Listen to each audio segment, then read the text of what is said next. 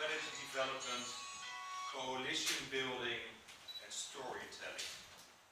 And we do that for UNESCO, we do that for some farmers, we do it for a wide variety of organizations. Change is a chance. Trouble is, this is the reality. People don't like change. We're human. And especially you Russians remember this guy. And he discovered pyramids, at least he thought so. And he was stubborn enough to push it down the throat of the rest of Europe. This is my ancestor Willem, who was ambassador under 3 regimes in Russia. And which was interesting because it was first the Dutch Republic, then it was the French pyramid, the brother of the French king, then it was Napoleon himself, and then it was William I, so actually 4 regimes. But you kicked him out. Napoleon made beautiful music about it. And I happen to play the piano cello, so I really appreciate the music of Tchaikovsky. We have various crises, but I will pinpoint a little bit the environmental crisis, and this is one of the solutions. But I happen to be Dutch, and we concentrate people, planet, profit, which I did for 20 years, starting with Shell during the Grand Spar affair, the fight between Greenpeace and Shell about the disposal of big rig, oil rig. Then for Vodafone, where I built up the sustainability program, and we won a lot of prizes. Yes, we did. But so we had this famous program worldwide, was applauded everywhere. And the bigger we grew, started as a small company, it ended as an enormous company. This became the reality, managed and controlled, which is reality in European companies and in American companies since about 100 years, and especially the last 30 years, it became more and more and stronger and stronger. So this is what you get. Yes, the planet will destroy it, but for a beautiful moment in time, we create a lot of value for the shareholders.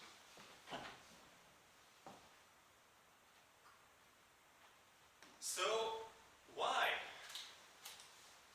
Why? Well, we all eat this stuff, tomatoes. And just one of the many examples of a product, whether it's cars, or tomatoes, or mushrooms, or beef, or pork, where, in this case, farmers are squeezed between the bank, the supermarket, and the foodstuff company, for instance, Cargill or others. And our profit margin decreases and decreases and decreases. So it's the end of the system for some products, depending on what you're talking about.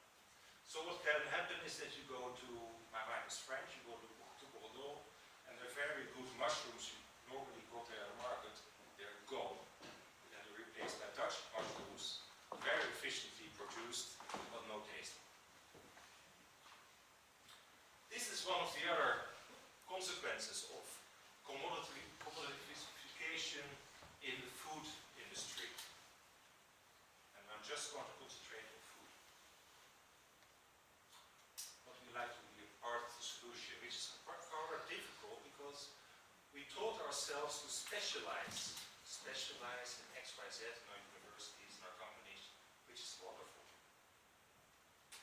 There's one problem. If you want to collaborate, triple helix, academia, society, industry, which is really wonderful to do, and I really applaud it.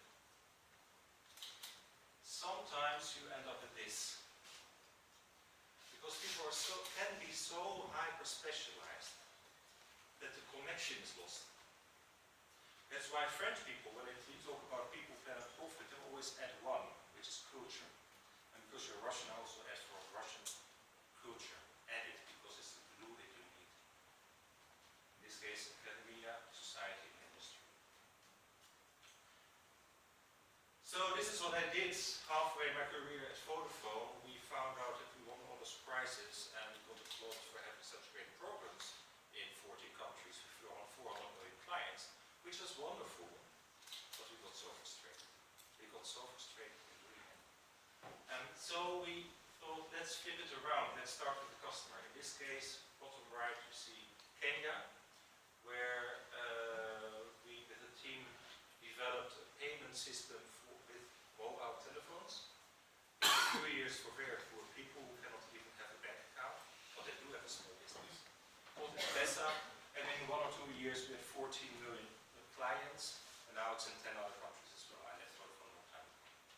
And this is another one, and there's many other examples. One of the first solar panels that actually worked, because before they didn't work, they were just gadgets for kids, which they survived one day. And this is another one. So we tested it in different markets, and in Japan and in Australia and Greece, etc. And the added value was in the end was India. So what is this? It is a funny thing about this is when that happens in a big organization, you create a space for people to actually play, get back to things they really love to do, and create something together. And nowadays you would call that a playground. Trouble is you need a different kind of organization. This is a spider web, as you can see. A cellular organization. Big advantages are much more flexible and much more cheap. So this is the old world on the left, just an example from the energy point of view, depending on the country where you are, etc., etc., etc. But still going to local power. Let's say Germany, as an example. Old systems, new systems, and slowly or quickly it's replacing one by another. So it's a kind of paradox because small is the new big.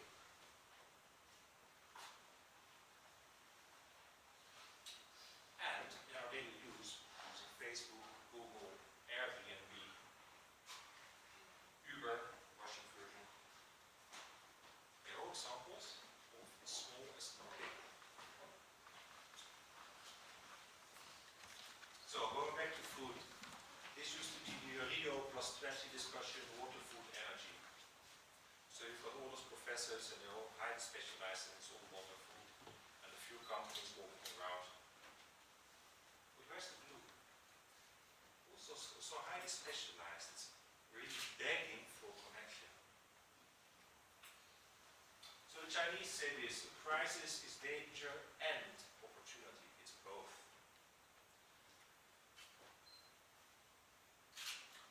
The current crisis we have between Russia and Western Europe, different aspects, this is just one of them. Another one, food security. And Europe was founded on food security by a Dutch minister who designed a wonderful system. And when he was old, he turned around and thought, something is missing. And again, here, food security. So I'm talking about mavericks. You've got a few examples from my own country, Holland. Corporate Cress is a highly innovative small company. And they are busy in many countries right now. And what they do, they found out if you let a little plant grow, just a tiny one, there's so much food stuff and so much nutrition in the tiny, tiny plant, you can actually use them in a totally different way.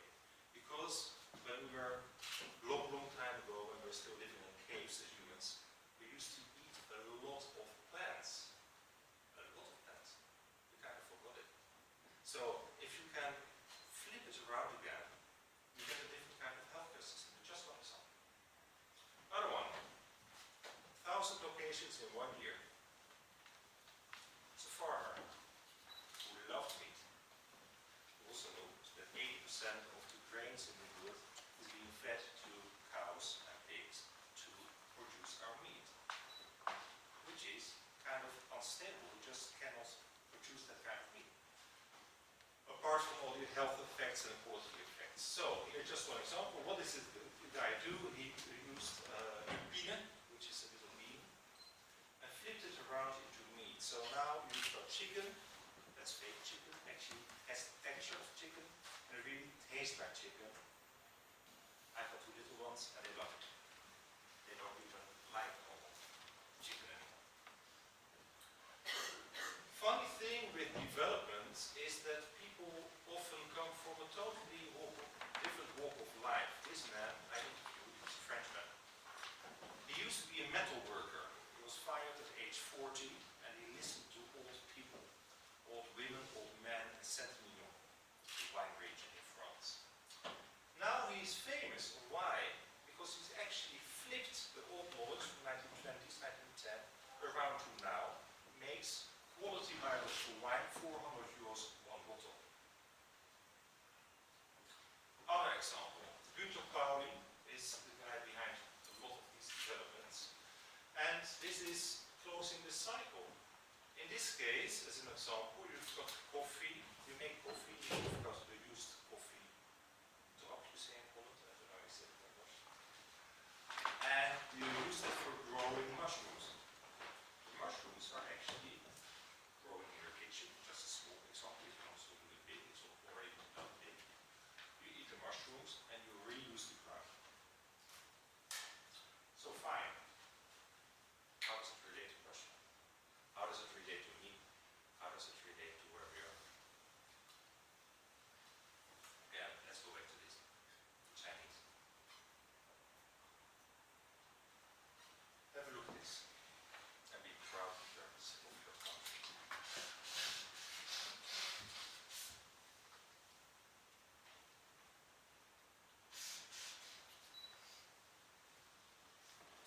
Small is the new big, right?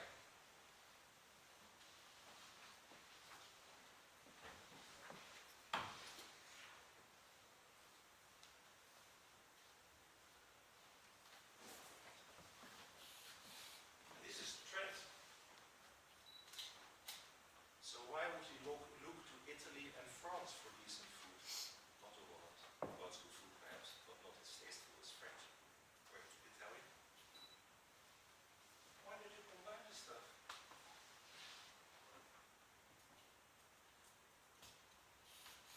This sounds familiar, doesn't it?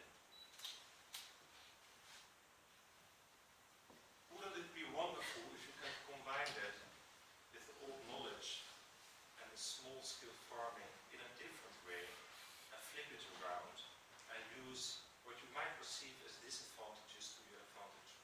Combine it. Combine it with your highly trained professors in